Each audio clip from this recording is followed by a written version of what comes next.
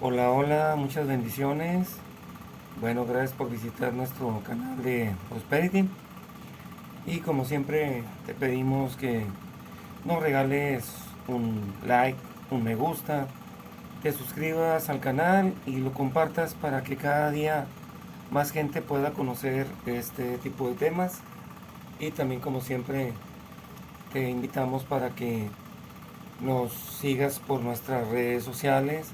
Tenemos canales de WhatsApp, grupos de WhatsApp, tenemos el canal de YouTube, tenemos el canal también en Internet y nuestra página en Facebook. Así también te pedimos que nos des tu opinión, tus comentarios son muy importantes y sobre todo para futuros temas. Bueno, con esto iniciamos. Y en esta ocasión el tema se titula Pesado ha sido en balanza. El texto base lo vamos a encontrar en Daniel 5, 25 al 28 y dice así. Esta es la inscripción que fue trazada. Mene, mene, tekel, uparsin.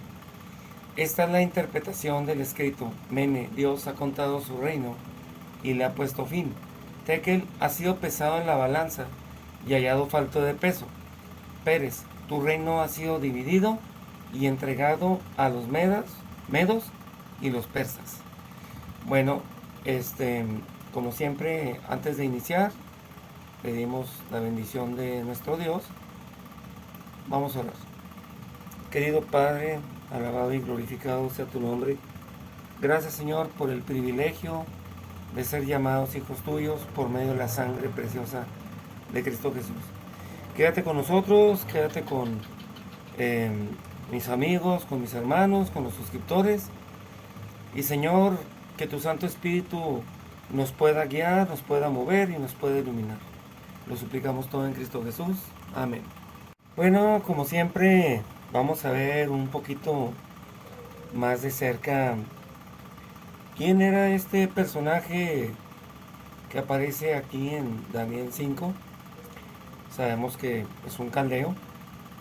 Y los caldeos fueron un grupo étnico que se asentó en la región de Babilonia, en la parte sur de Mesopotamia, donde es ahora el actual Irak. Durante ese periodo de dominación asiria, los caldeos se convirtieron en un importante foco de resistencia contra los asirios y posteriormente establecieron su propio imperio conocido como el Imperio Neobabilónico o el Imperio Caldeo. Este imperio caldeo tiene una relación muy estrecha con Babilonia y lo vamos a ver a continuación. Los caldeos, como un grupo nómada, se establecieron en el sureste de Babilonia, formando un importante punto de resistencia contra el imperio asirio. La dinastía caldea gobernó Babilonia desde el 626 a.C. hasta su caída en el 539 a.C. Podemos ver que fueron aproximadamente 87 años y esto nos llama la atención porque Dios había determinado que su pueblo, Judá, iban a ser esclavos o iban a ser extraditados durante 70 años y luego regresarían. Y para esto, dentro de esto, hay algo muy importante porque tanto intervino eh, en Babilonia, pero también intervino los medo-persas. Bueno, vamos a ver algo importante aquí. Nabucodonosor II fue uno de los reyes más destacados de la dinastía caldea, quien gobernó Babilonia durante un periodo de gran expansión y esplendor. La cultura caldea influyó significativamente en Babilonia, tanto en la región donde Marduk, el dios babilónico, se convirtió en el dios principal, como en la arquitectura y la escritura cuneiforme. Debido al prestigio y a la influencia de la dinastía caldea, el término caldeo llegó a ser sinónimo de babilónico. Los caldeos también tuvieron contacto con otros pueblos de la región, como los persas, con quienes finalmente fueron derrotados, y Babilonia pasó a ser parte del imperio persa. En resumen, podemos decir que los caldeos fueron un grupo étnico que jugó un papel fundamental tanto en la historia de Babilonia como en la historia de la profecía de Judá, desde su resistencia contra los asirios hasta su establecimiento como una poderosa dinastía que gobernó la ciudad durante un periodo corto, pero de gran esplendor cultural y militar que hasta nuestros días nos abraza. Y bueno, ahora vamos a ver un poquito acerca de los dioses, ¿verdad? Y vemos que el dios principal de Babilonia era el dios Marduk. Este era el patrón de la ciudad de Babilonia en la antigua Mesopotamia, posteriormente reconocido como el rey de los dioses babilonios, y se le consideraba el dios de la curación, la justicia, la compasión, la regeneración, la magia y la equidad. O sea, es algo así como decir, wow, este semidios se está comparando con Dios, con el Dios creador. En,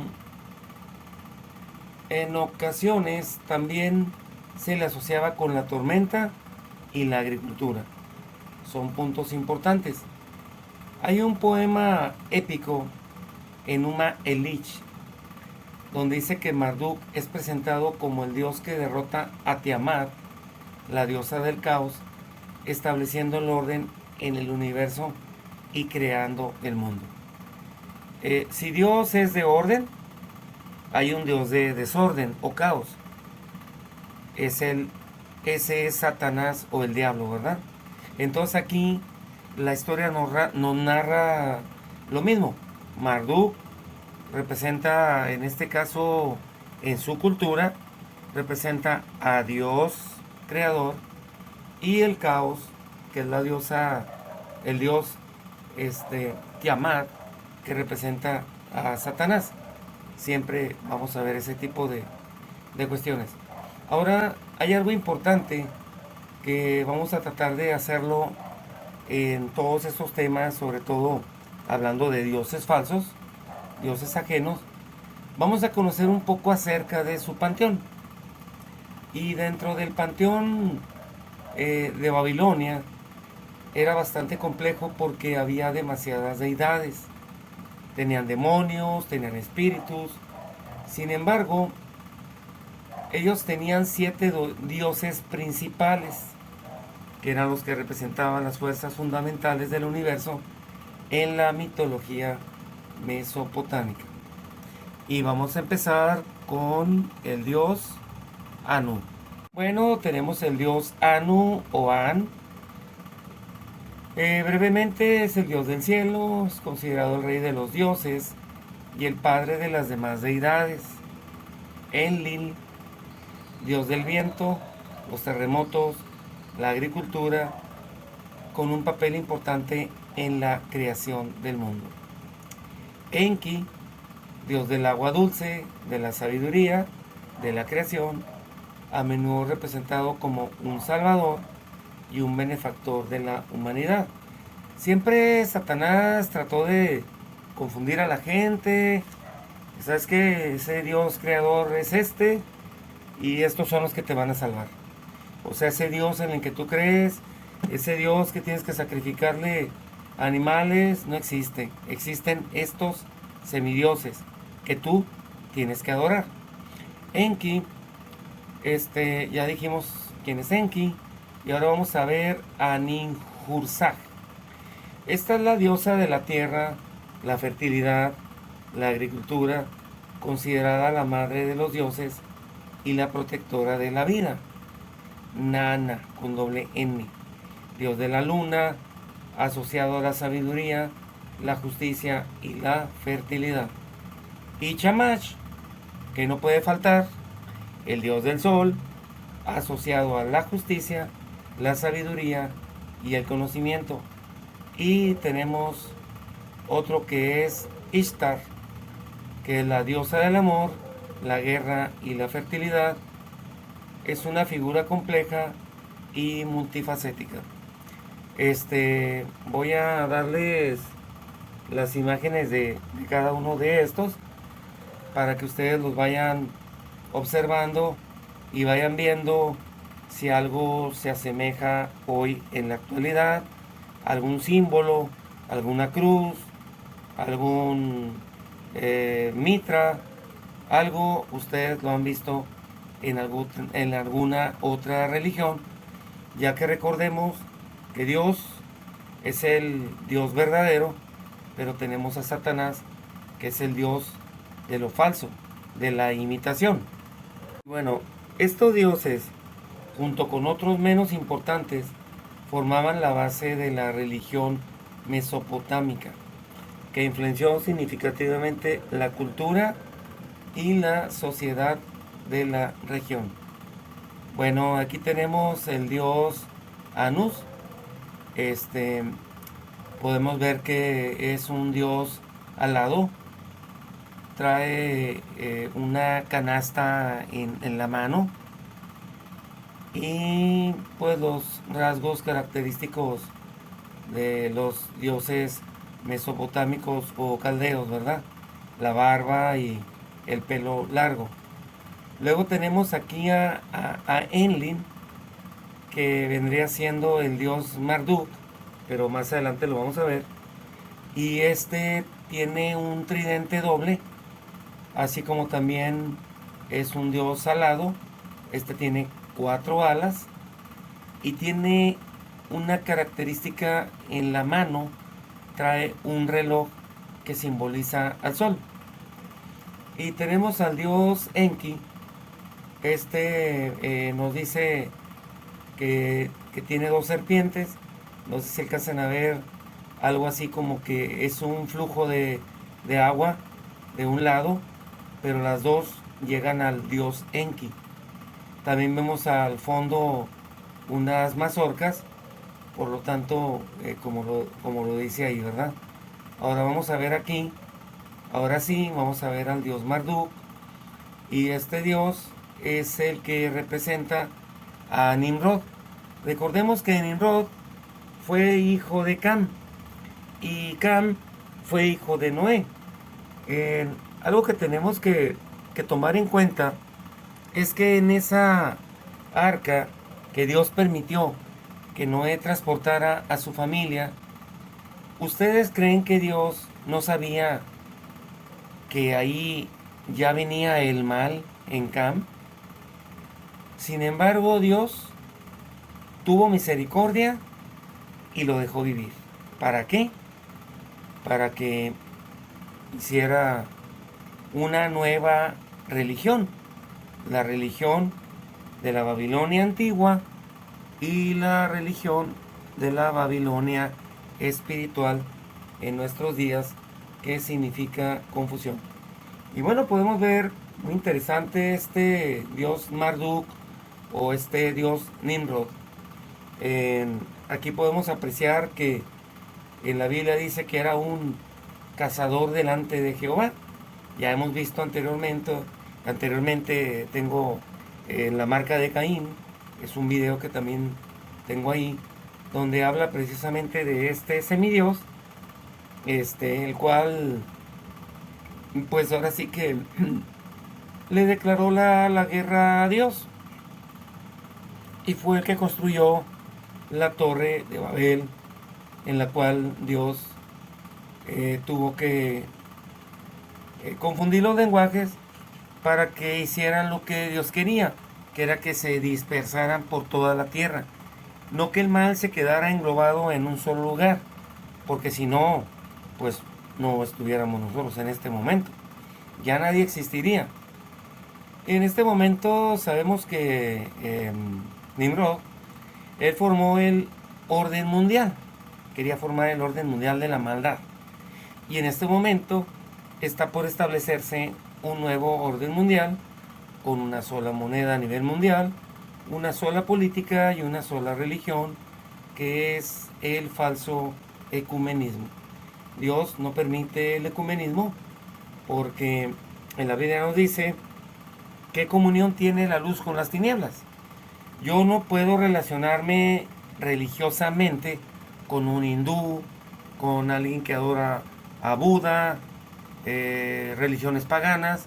No, más bien yo estoy, o nosotros estamos, para llevarle las buenas nuevas de salvación de Cristo, para que ellos acepten a Cristo y ahora sí podemos ser hermanos. Pero eso, el ecumenismo es algo totalmente falso, no se puede mezclar. Bueno, y aquí lo que podemos ver en su muñeca es un símbolo del sol. Ahora vamos a pasar a las siguientes imágenes. Aquí tenemos una vista aérea del Vaticano, en donde tenemos la llave de la vida,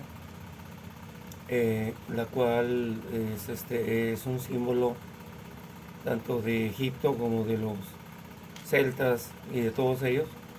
Recuerden que se intercambiaban los dioses, los símbolos, a fin de cuentas todos vienen siendo igual. Y aquí tenemos otra vista más, y esta es la llave de la vida de Ankh, de la diosa egipcia, que es lo mismo, nomás invertido, ¿verdad? Bueno, y vamos a seguir adelante. Aquí también tenemos la plaza de San Pedro. Vemos la forma elíptica, y en cada una de las, pudiéramos decir, estaciones, son los solsticios del sol, que esto representa al dios sol, como lo vimos. Y bueno, vamos a ver el obelisco. El obelisco, pues todos quisiéramos creer, ¿verdad?, que es algo que se hizo exclusivamente para ir para Roma, pero no fue así. Vamos a leer lo que nos dice en Wikipedia. Dice lo siguiente, dice: el obelisco vaticano, que actualmente se encuentra en la Plaza San Pedro, tiene una historia que se remonta al antiguo Egipto. Lo que acabamos de ver, la llave de la vida, Ankh, fue trasladado a Roma por Calígula, y después de ser utilizado en el circo de Nerón, fue reubicado por Sixto V en su posición actual en 1586. Bueno, este obelisco nos dice que fue construido en la ciudad de Heliópolis, en Egipto, posiblemente durante el reinado de algún faraón desconocido. Este fue llevado a Alejandría por Augusto y colocado en el foro.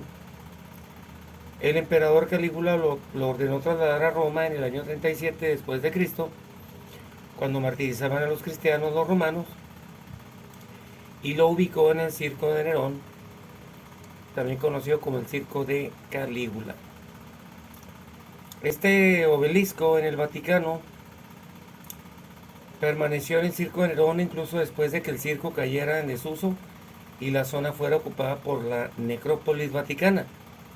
Fue redescubierto junto a la antigua Basílica de San Pedro.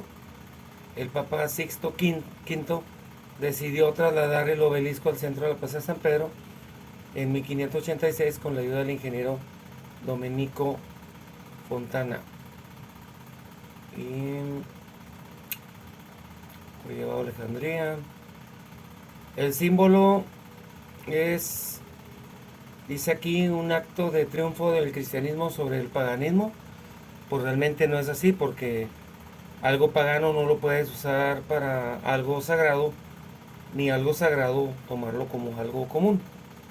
Y por último nos dice pues que hasta el día de hoy permanece en la Basílica de San Pedro. Está hecho de granito rojo de las canteras de Cien en Asuán, y tiene una altura de 26 metros. Bueno, vamos a seguir aquí con esta diosa que ya la habíamos visto anteriormente. Esta diosa tiene varios nombres, algunos le llaman Ishtar, otros Lilith y Astarte. O sea, depende en qué lugar eh, se encuentre esta figura, esta diosa. Y bueno, pues cada quien le llama de diferente manera. Inclusive también simboliza a la diosa Venus y a Plutón. En Lilith en Mesopotamia, la diosa de la destrucción, y tiene otro nombre, vamos a buscarlo aquí. En Babilonia viene siendo la diosa Ishtar, diosa del amor, la guerra y la fertilidad, y también Ninhursag, diosa de la tierra, la fertilidad y la agricultura. Bueno, vamos a seguir adelante. Esta diosa ya la habíamos visto nosotros con los celtas, con los gálatas. Es la misma diosa. Dijimos que tiene garras de águila, tiene 2 leoncillos, tiene 2 búhos y es una diosa alada y tiene 2 símbolos iguales en las manos y arriba tiene una corona en su peinado. Vamos a pasar al siguiente. Este dios que está aquí, en uno nos dice que es el rey Kedich, en otros nos dice que también viene siendo el dios, del viento, Enlil. Y así en cada una pues iremos viendo que tiene diferentes nombres. Vamos a ver aquí. Sí, al parecer esos son también es el dios Sin, de la misma cultura mesopotámica. Y vamos a seguir viendo el siguiente dios. Y aquí podemos ver que está en la diosa Ninhursag junto con el dios Enki. Y bueno, se ve una fuente, se ve un pino ahí que está creciendo y tienen algunos símbolos. No son símbolos muy característicos de la época actual, pero bueno, ahí los tenemos. Aquí tenemos al dios Shamash, que es el dios del sol. Podemos ver una luna creciente, podemos ver el sol arriba de su triada, de su mitra, de su mitra sacerdotal, como también podemos ver el símbolo que tiene la diosa Ishtar, la diosa Nana, lo lleva en la mano, y vemos aquí a 3 personajes, pero también vemos el símbolo del dios Sol, y este símbolo se encuentra en el Vaticano. Ahí está ese dios. Y podemos ver en la parte baja, podemos ver 4 representaciones del mismo sol, porque él es el dios Shamash, dios del sol. Ahora también vamos a investigar un poquito acerca de los personajes de este relato, y vamos a empezar con Belsasar. El nombre Belsasar viene de Belsharra Usur, que en acadio significa Baal ha protegido al reino.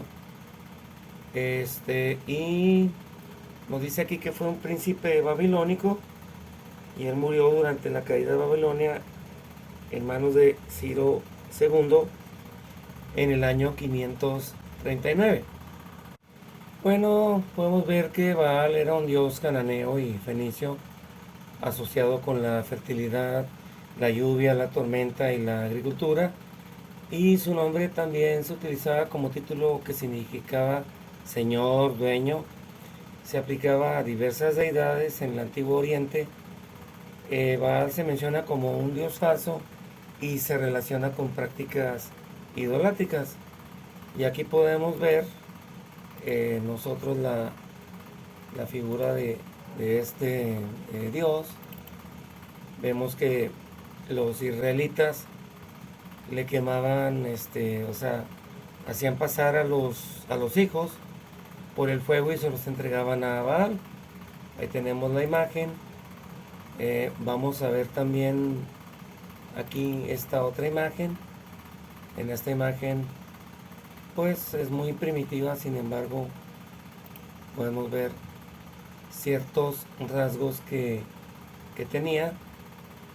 Y la última, que sería esta, y aquí lo vemos como un dios que sostiene como un machete, una espada, y a un lado tiene unas espigas. Acordémonos que era el dios de la agricultura. En otras culturas también es representado por el dios Sol. Entonces ya sabemos por qué Belsasar usó ese nombre. Y ahora vamos a ver quién era el padre de Belsasar. El padre de Belsasar se llamaba Nabonido, y este viene de Nabunaid, pues fue el último rey del Imperio Babilónico, 556 al 539, y vamos a investigar un poquito acerca de su nombre. Significa Nabú ha creado. Y bueno, aquí tenemos nosotros al dios Nabu. Nos dice lo siguiente. Dice, Nabu era el dios babilónico de la escritura, los escribas, la sabiduría, la profecía y las artes racionales. También era el dios de la vegetación y está asociado con el planeta Mercurio. Se le consideraba hijo de Marduk, dios principal de Babilonia, y nieto de Enki. Bueno, ya todos estos dioses ya los hemos visto. Y aquí tenemos la figura de todos estos son semidioses. Vemos que tiene 4 cuernos, tiene un hacha parecida a un tomahawk, y está sosteniendo como tal vez unos papiros, pergaminos, o sea, algo relacionado, tal vez era el mismo papel, ¿no? Y lo que vemos aquí abajo es que él es cargado como un dios, ¿verdad? Todo esto en la actualidad sigue ocurriendo, ya no con esos dioses, pero sigue ocurriendo. Para que, bueno, lo podamos tomar en cuenta y nos demos cuenta de la realidad. Y vamos a ver también el significado del nombre Nabucodonosor, ya que, o sea, también es curioso el por qué se llama este hombre así, ¿no? Y aquí nos dice que Nabucodonosor viene de Nabucudurri Usur, que significa Nabu protege al heredero, o Nabu defiende mi corona. Bueno, entonces podemos ver que todo esto de Nabucodonosor, Nabonido, el padre de Belsasar y el mismo Belsasar, sabemos que todos se ponían los nombres de sus dioses, ¿sí? Ahora que ya tenemos una idea de todas estas figuras, simbología, que en la actualidad los podemos ver en diferentes religiones, si despertamos un poquito y abrimos los ojos, tanto las veremos en las paganas como en aquellas que dicen seguir a Cristo, que dicen promover a Cristo, pero que realmente están haciendo beber un vino falso a las naciones. Y esto es para que ustedes lo analicen. Y ahora sí, con todo esto, vamos a dar inicio al tema principal. Ahora sí, un mensaje en la pared. El rey Belsasar del imperio de Babilonia hace un banquete e invita a 1000 personas. Esto se encuentra registrado en Daniel 5, 1 al 4 y dice así: el rey Belsasar hizo un gran banquete a 1000 de sus príncipes y en presencia de los 1000 bebía vino. Belsasar, con el gusto del vino, mandó que trajesen los vasos de oro y de plata que Nabucodonosor su padre había traído del templo de Jerusalén, para que bebiesen ellos el rey y sus grandes, sus mujeres, sus concubinas. Entonces fueron traídos los vasos de oro que habían traído del templo de la casa de Dios, que estaba en Jerusalén, y bebieron en ellos el rey, sus príncipes, sus mujeres, sus concubinas, bebieron vino y alabaron a los dioses de oro, de plata, de bronce, de hierro, de madera y de piedra. Podemos ver que, así como en la actualidad hay imágenes, ¿verdad? De plata, de oro, de bronce, aquí nos dice de hierro, de madera, de piedra.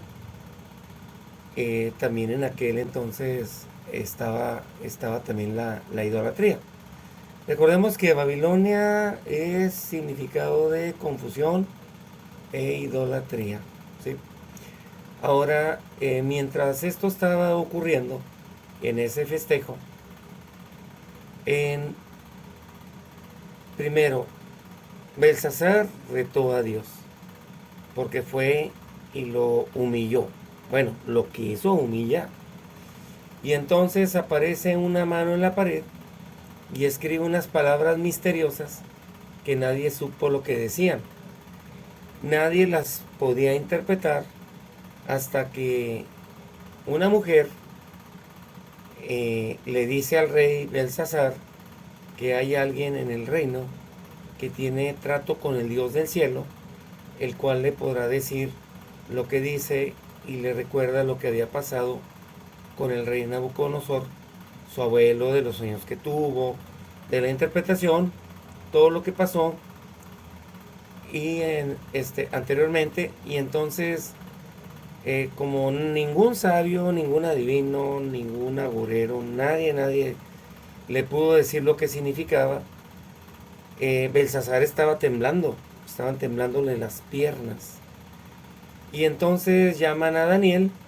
Daniel se presenta y él empieza a relatar lo que había pasado con su padre cuando él, también orgulloso y altivo, retó a Dios cuando hizo la estatua de oro, siendo que Dios le dijo: tú eres la cabeza, nada más, no eres el cuerpo. Y él hizo una estatua de oro completa, donde también quería que todo el mundo lo adorara. Y entonces Dios lo humilló. Por 7 años vivía como un animal. Y después que le relata todo eso, recordemos que Nabucodonosor exalta al Dios del cielo, reconoce su autoridad, su poder. Y entonces ahora Daniel, después de haber conversado con él, todo eso, el rey le promete que le va a dar el tercer puesto, o sea, muchas cosas iba a beneficiar a Daniel. Y Daniel dijo: guárdate todo, rey, eso que te aproveche a ti, te voy a decir la interpretación. Y entonces, dentro de la interpretación, nosotros tenemos que recordar lo que Cristo ha hecho en el pasado, de la forma de cómo fuimos llamados, y eso nos ayuda a entender un poco nuestro presente, sea bueno o sea malo. Recordemos que una acción lleva una reacción y a una consecuencia. Buena o mala, la tenemos que vivir. Y algo que debemos de analizar aquí es que este rey, Belsasar, este príncipe, porque no es rey, el príncipe Belsasar, en la antigüedad, él dice aquí que dio a 1000 príncipes, reyes, invitados, como lo acabamos de ver. Eso fue en la Babilonia literal. Pero en la actualidad, la Babilonia espiritual, así como hay un Israel espiritual, también hay un Israel literal. Y como hay una Babilonia literal, también hay una Babilonia espiritual, que es todo lo que sea confuso y apartado de la palabra de Dios y que tenga que ver con la idolatría. Y entonces les da a beber un vino. En este caso, el vino adulterado en Jeremías 5:17 nos dice que es un vino especial, preparado. ¿Para qué? Para embriagar. Jeremías 51:7 dice: copa de oro ha sido Babilonia en la mano del Señor, que embriagaba toda la tierra. De su vino bebieron las naciones, se enloquecieron por tanto las naciones. Y también nos habla de los engaños actuales. En Apocalipsis 17:2 dice: con ella los reyes de la tierra cometieron actos inmorales, y los moradores de la tierra fueron embriagados con el vino de su inmoralidad. Recordemos que la palabra de Dios es como agua.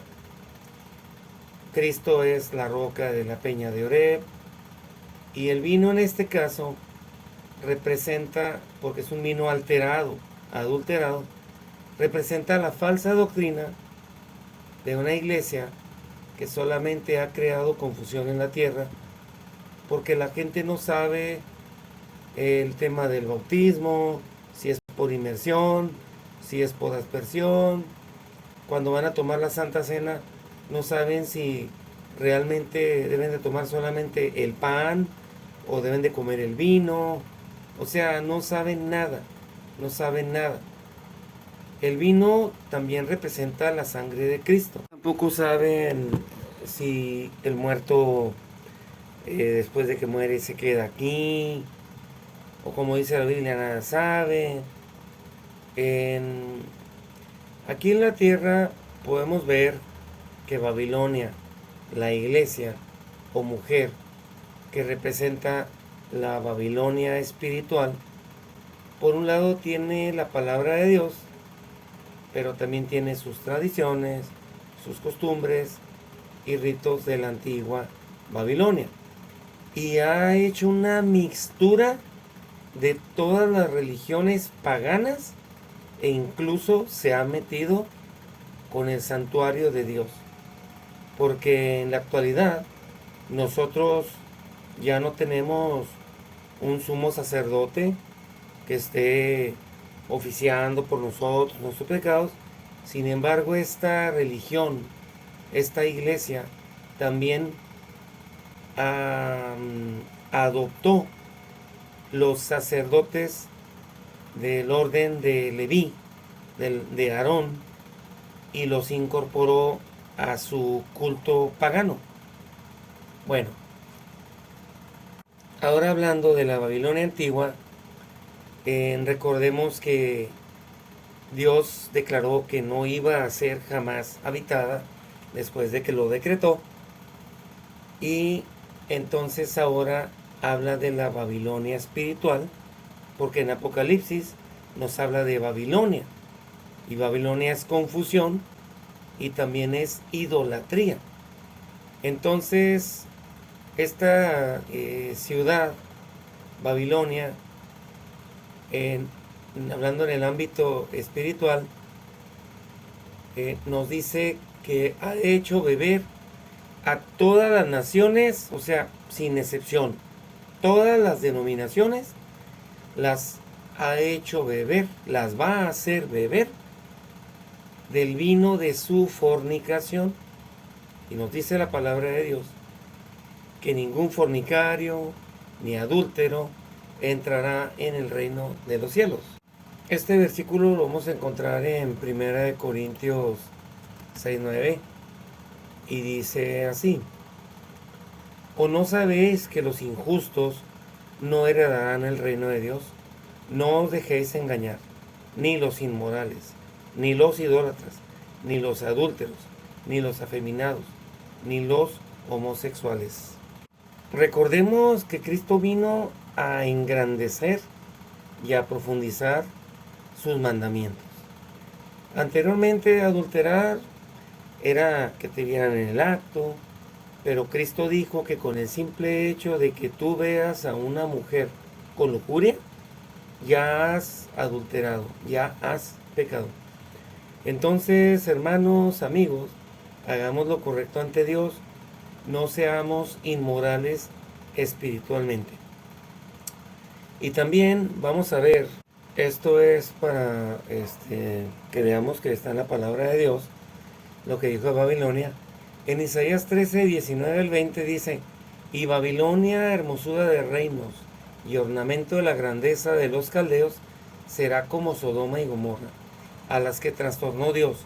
Nunca más será habitada, ni se morará en ella de generación en generación, ni levantará allí tienda al árabe, ni pastores tendrán allí majada.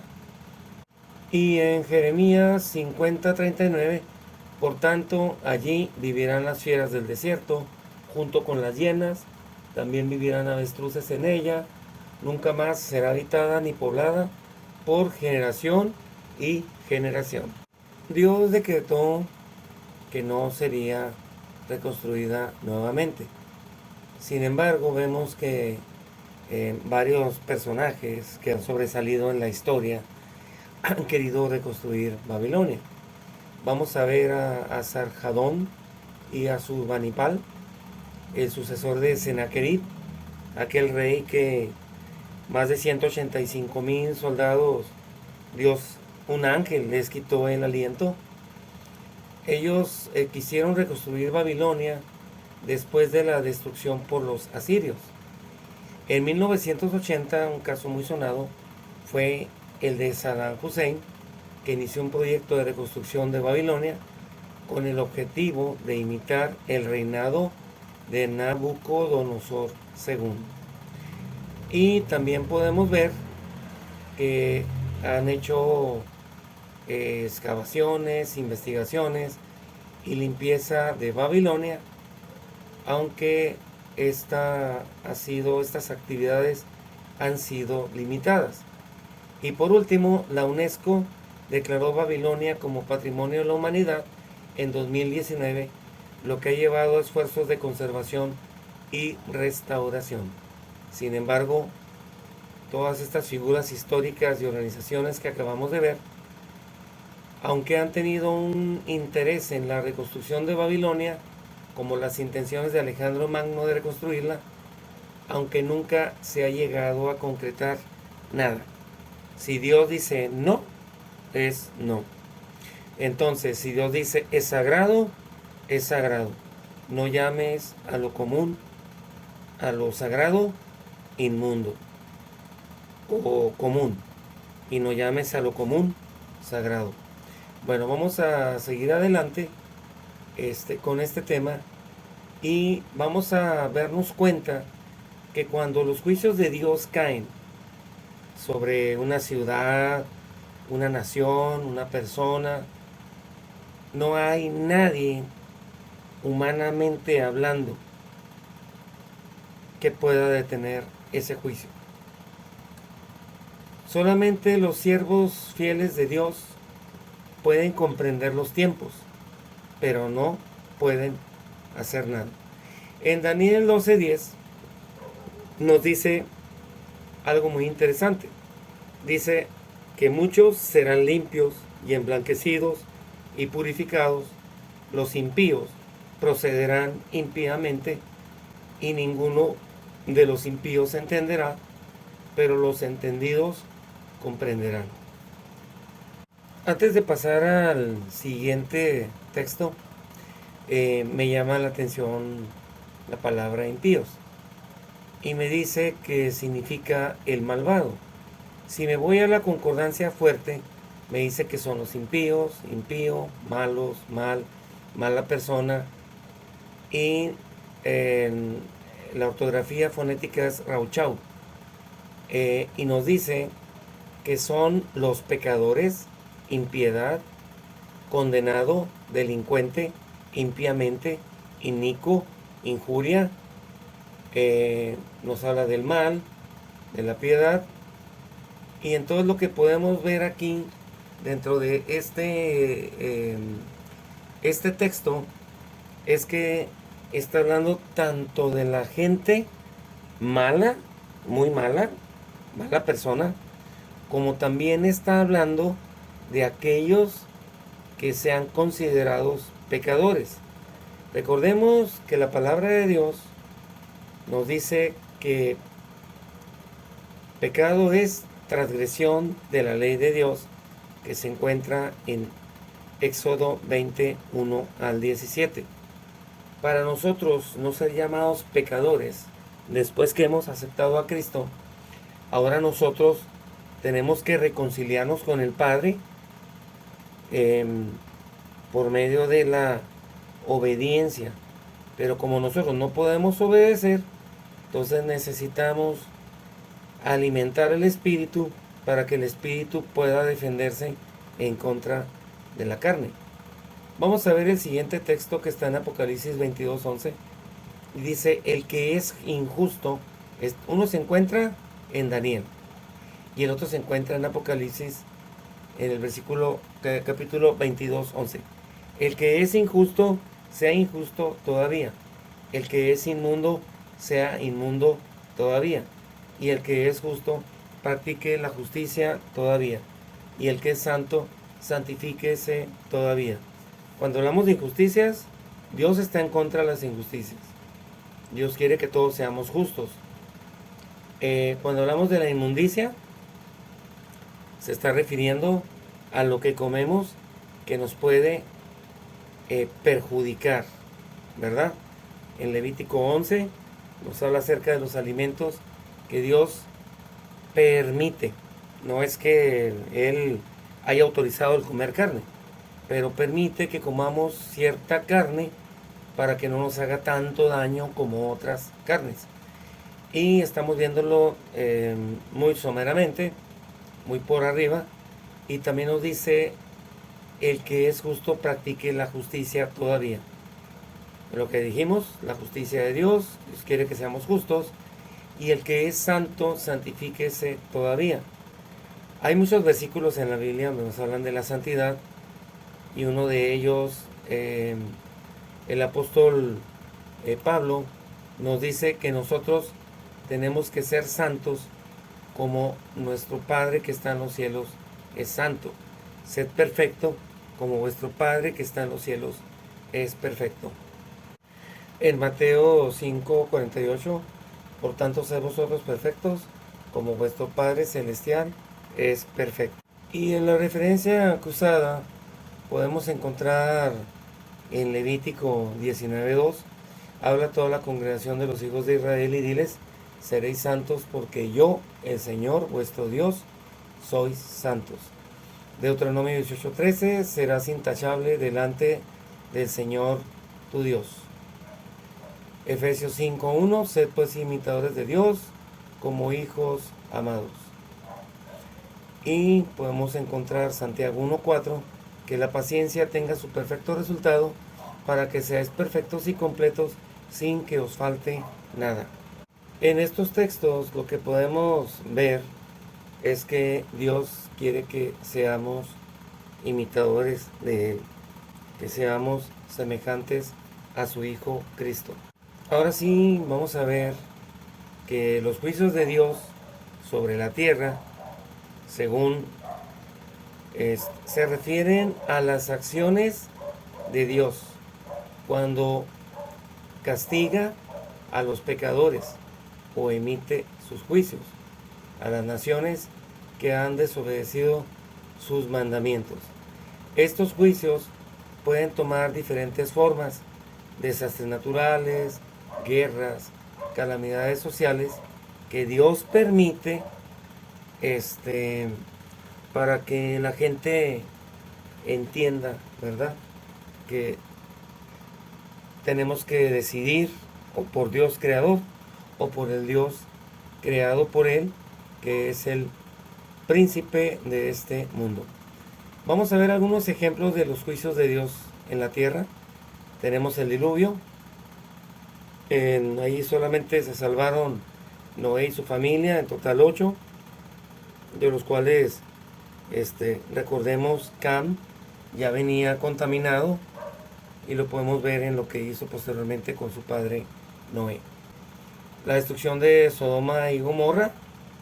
Estas ciudades fueron destruidas por su pecado y depravación, homosexualismo, o sea, filias, olvídense, a morir. Las plagas de Egipto, también Dios ejecutó sus juicios porque Faraón no dejaba salir a su pueblo, y la última plaga fue precisamente la muerte de los primogénitos. También Dios ha castigado a su pueblo, pues Dios ha permitido que las naciones extranjeras conquistaran y exiliaran a Israel debido a su idolatría y rebeldía. Y también podemos ver que ahora que venga la gran tribulación, ese es un periodo que va a haber en la tierra donde los hijos de Dios van a tener que pasar por él junto con toda la humanidad para poder ser probados y de esa manera ser hallados en la balanza. Recordemos que a Belsasar le faltó peso. Entonces, cuando seamos pesados sobre la balanza, tenemos que ser hallados aprobados. Ahora vamos a buscar algunos textos bíblicos que mencionan los juicios de Dios. Y tenemos Isaías 24, donde Dios describe cómo vaciará la tierra, la desolará y la sacudirá debido a la maldad de sus habitantes. Tiempos finales. Ezequiel enviará 4 terribles juicios contra Jerusalén: espada, hambre, fieras y plaga. Ya pasó. Apocalipsis 16 describe los juicios de las copas de Dios que serán derramadas por los ángeles, trayendo desastres y calamidades sobre la tierra. Ahora vamos a ver un poquito el significado de los juicios de Dios. Los juicios de Dios no son venganzas, sino manifestaciones de su justicia, de su paciencia, de su misericordia, para que todos procedan al arrepentimiento. A través de ellos, Dios demuestra su poder, autoridad, y también esos juicios los puede usar para llamar la atención a los hombres al arrepentimiento y la obediencia. Entonces vemos que los juicios de Dios son una realidad que se ha manifestado en el pasado, en el presente y en el futuro no muy lejano. Estos juicios son una advertencia para aquellos que se encuentren apartados de Dios, pero también es una señal de justicia, de poder y sobre todo de misericordia, porque Dios no puede convivir con el pecado. Por eso nos envió a su Hijo Jesús, para que veamos nosotros que humanamente, cuando tenemos una relación estrecha con Dios, podemos guardar sus mandamientos, y sus mandamientos no son gravosos. Y nos dice así: porque este es el amor de Dios, que guardemos sus mandamientos, y sus mandamientos no son gravosos. Primera de Juan 5:3. Ahora vamos a ver una parte interesante, y es qué significa Mene, Tekel, Uparsin. Mene significa contado, significado literal numerado, Dios ha contado los días del reino de Babilonia y los ha terminado. Esto viene en Salmo 90:12. Enséñanos de tal modo a contar nuestros días que traigamos al corazón sabiduría. Daniel 2:21. Él muda los tiempos y las edades, quita reyes y pone reyes. Esto es para reforzar Mene. Ahora vamos a ver Tekel, pesado. Es pesar en una balanza. Dios evaluó a Belsasar moral y espiritualmente y fue hallado falto. No pasó la prueba. En las referencias cruzadas es Proverbios 16:2. Todos los caminos del hombre son limpios en su propia opinión, pero Jehová pesa los espíritus. Job 3:31-6. Pésenme en balanza de justicia y sabrá Dios mi integridad. Aquí nos dice que todos los caminos del hombre son limpios en su propia opinión, mas Jehová es quien pesa los espíritus. ¿Qué nos dice? Pues que solamente hay un camino, una verdad y la vida, y ese es Cristo Jesús. Uparsim, Pérez, dividido.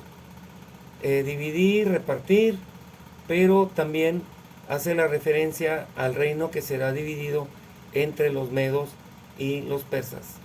Isaías 13:17-19 profetiza que los medos destruirán Babilonia. Y nos dice, he aquí que yo despierto contra ellos a los medos, que no se ocuparán de la plata, ni codiciarán oro. Con arco tirarán a los niños, y no tendrán misericordia del fruto del vientre, ni su ojo perdonará a los hijos. Y Babilonia, hermosura de reinos, y ornamento de la grandeza de los caldeos, será como Sodoma y Gomorra, a las que trastornó Dios. Y tenemos en Daniel 2:39 que después de Babilonia se levantaría otro reino inferior al suyo, que serían los medos y los persas. Pérez es un juego de palabras que significa Persia, paras y división, simbolizando tanto el juicio como el sucesor del imperio. Dentro de la historia y las profecías a las que está conectada Babilonia, recordemos que representa la cabeza de oro, Daniel 2. Cae ante los medos y los persas, cumpliendo la profecía exacta de Daniel. La caída de Belsasar ocurrió en una sola noche, Daniel 5:30. Dios no necesita mucho tiempo para ejecutar sus juicios. Tenemos el juicio de Sodoma y Gomorra. Dios decreta un juicio o lo aplica, es porque ya han cubierto la copa de iniquidad. Repito, ya sea nación, individuo o lo que sea, Dios no puede regresar las cosas. Si ya lo decretó, lo va a llevar a cabo. Si Él decretó que iba a venir, vino su Hijo. Y si ahora decretó que va a venir por segunda vez, hay que esperarlo. Y si va a venir por tercera vez, que nos toque estar en el cielo. Porque si nos toca estar en la tierra, vamos a ser destruidos con el aliento de su boca. Ahora, en la destrucción de Sodoma y Gomorra y en la actualidad, Dios nos invita, como lo hizo con Isaac en su momento, cuando Egipto, que representa el mundo, estaba en su apogeo, en su gloria terrenal. Isaac tuvo hambre, quería bajar a Egipto y Dios le dijo, no vayas a Egipto, yo te bendeciré, confía en mí. En Génesis 26, 1-3 dice, después hubo hambre en la tierra, además de la primera hambre que hubo en los días de Abraham. También Abraham hubo hambre. Y se fue Isaac a Abimelech, rey de los filisteos, en Gerar. Y se le apareció Jehová y le dijo, no desciendas a Egipto, habita en la tierra que yo te diré. Habita como forastero en esta tierra y estaré contigo y te bendeciré, porque a ti y a tu descendencia daré todas estas tierras y confirmaré el juramento que hice a Abraham tu padre. Multiplicaré tu descendencia como las estrellas del mar, y daré a tu descendencia todas estas tierras, y todas las naciones de la tierra serán benditas en tu simiente. Por cuanto oyó Abraham mi voz, guardó mi precepto, mis mandamientos, mis estatutos y mis leyes. Esto está hasta el versículo 5. Y ahora, ¿qué nos dice a nosotros? Sabemos que vivir en las ciudades es un riesgo cada vez mayor. En cierta forma es necesario porque pues tenemos el empleo, todo ese tipo de cuestiones, más fácil de movernos, un vehículo, vamos al súper, compramos todo. Sin embargo, Dios nos dice, como a Isaac, no bajes a Egipto. Sabemos que Egipto simboliza el mundo. Dios nos quiere bendecir. Ojalá Dios nos dé la oportunidad de comprar un terreno en la comunidad en donde nos encontremos, abandonar la ciudad, ver tanto lo que se fabrica, lo que se procesa para poder comer. Recordemos que una de las necesidades básicas del ser humano es el alimento. Entonces, así como le pasó a Egipto, que era una potencia mundial de alimentos, y todos llegaron y vendieron sus posesiones, pagaron dinero, tierras, fueron esclavos en la tierra de Egipto cuando José. Todo esto está escrito para que nosotros sepamos lo que viene. Tenemos que estar apercibidos, sobre todo de beber el agua de la fuente, que es la palabra de Dios, únicamente la sola escritura, la palabra de Dios, y no mezclarla con el vino adulterado, que pueden ser los manuales de iglesia, el catecismo, las tradiciones, mandamientos de hombre, costumbres, rito. Todo eso nos aleja de Cristo. Vamos a ver aquí lo siguiente, y es que en las naciones modernas también Dios están siendo contadas, pesadas y por ser divididas. Lo que les acabo de decir, salid de ella, pueblo mío. Así como nos dice que salgamos de las iglesias apóstatas, de las hijas de la ramera, también nos invita a salir de las ciudades. El juicio investigador de Daniel 7, 9 al 10 nos dice lo siguiente. Estuve mirando hasta que fueron puestos tronos, y se sentó un anciano de días, cuyo vestido era blanco como la nieve, y el pelo de su cabeza como lana limpia. Su trono llama de fuego, y las ruedas del mismo fuego ardiente. Un río de fuego procedía y salía de delante de él. Millares de millares le servían, y millones de millones asistían delante de él. El juez se sentó, y los libros fueron abiertos. Es inminente que viene un juicio a la tierra. Ahora, ¿el juicio cuándo va a ser? ¿Cuando venga Cristo o antes de que venga Cristo? Es antes de que venga Cristo, porque Él cuando venga ya solamente viene a darnos un galardón para vida eterna o para muerte eterna. Y en Apocalipsis 14, 6 al 7 nos dice que ya estamos en el tiempo de ser pesados en la balanza. Este es el mensaje de los 3 ángeles, es el primer mensaje, y dice, vi volar por en medio del cielo a otro ángel que tenía el evangelio eterno. O sea, está hablando de un evangelio eterno que ha prevalecido a través de las épocas, a través de la quema de Biblias, a través de todo, ha llegado a nuestros días para predicarlo a los moradores de la tierra, a toda nación, tribu, lengua y pueblo. Aquí no está hablando de los judíos, no está hablando de los israelitas, está hablando de todo el mundo. ¿Y qué es lo que se va a predicar?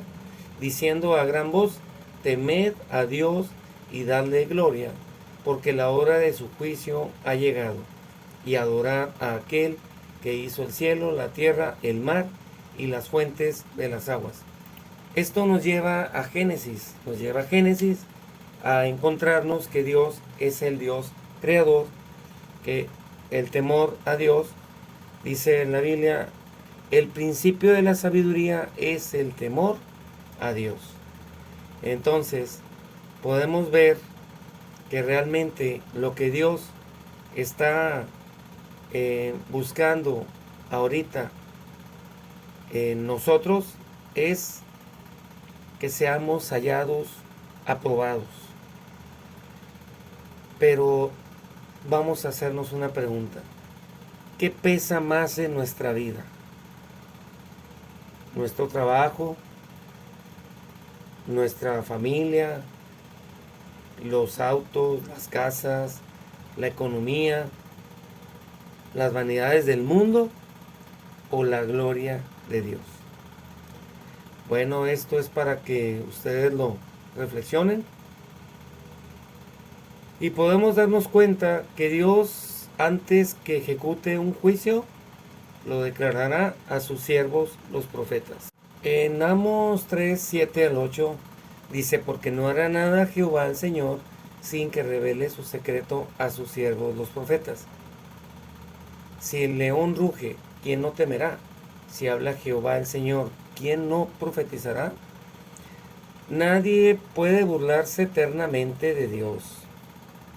En Gálatas 6:7 nos dice, no os engañéis, Dios no puede ser burlado, pues todo lo que el hombre sembrare, eso también segará. Por lo tanto, podemos ver que la vida de Belsasar es una advertencia contra el orgullo, la idolatría y el desprecio por las cosas sagradas traen ruina. Y quiero invitarlos para que reflexionemos. ¿Qué hay escrito en tu pared? ¿Qué hay escrito en tu cuerpo? ¿En tu mente? Si hoy aparecieran palabras celestiales en la pared de tu casa o en tu corazón, ¿qué dirían? Es para reflexionar. Dirían, ¿fuiste hallado falto? ¿O bien, buen siervo fiel? Recordemos, hermanos, amigos, suscriptores, Jesús es nuestra única esperanza para pasar la balanza del juicio. Juan 5:24, el que oye mi palabra y cree al que me envió, tiene vida eterna y no vendrá a condenación, mas ha pasado de muerte a vida. Hoy Dios escribe sobre tu corazón, no sobre paredes.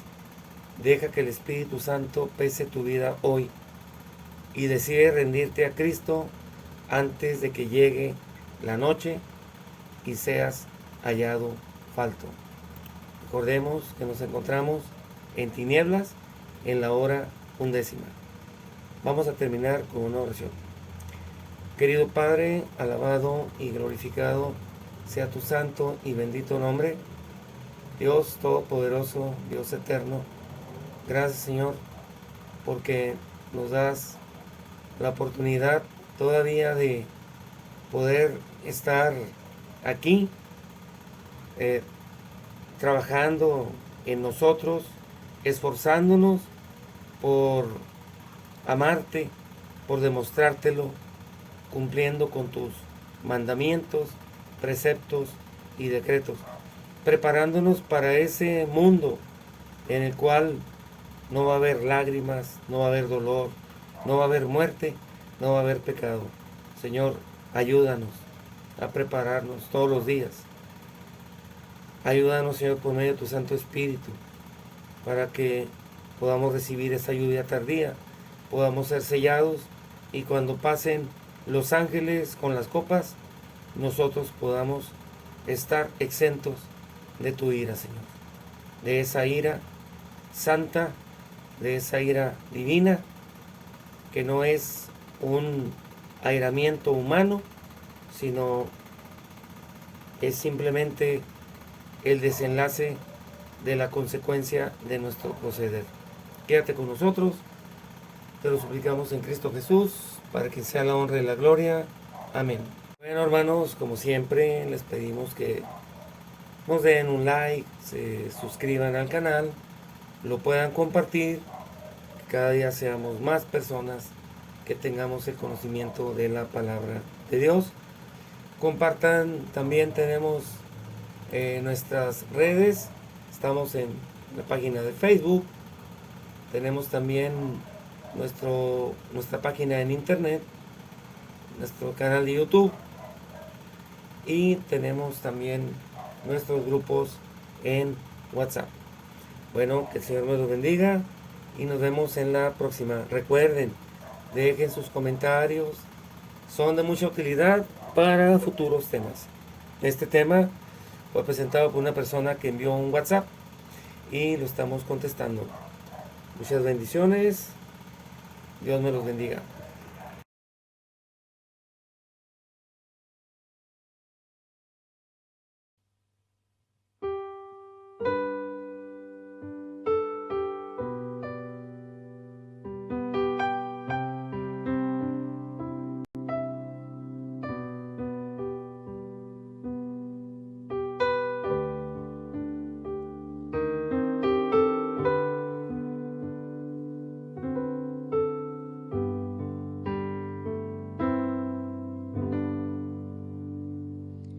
Prefiero a mi Cristo que al vano oropel.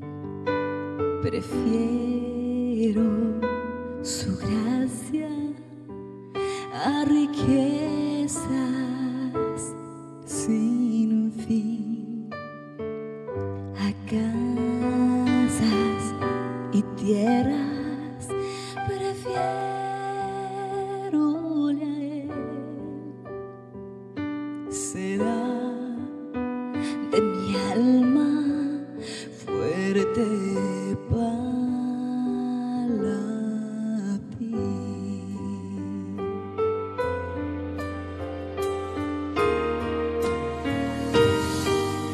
No quiero el aplauso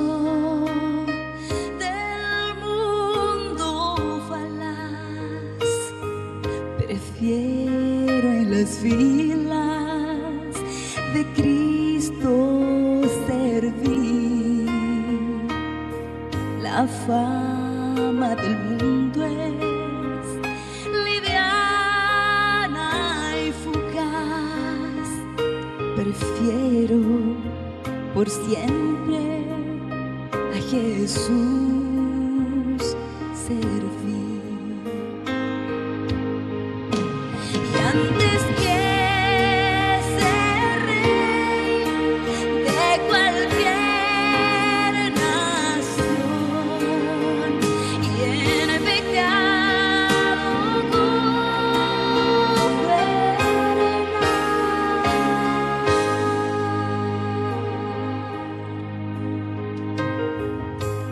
prefiero a mi Cristo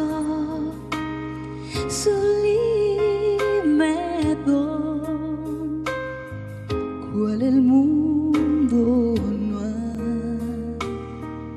de dar. Más bello que el lirio en su níveo blancor, mi Cristo es más dulce aún que la miel. Su paz a mi alma dará el Señor. Yo quiero que Cristo me conserve fiel.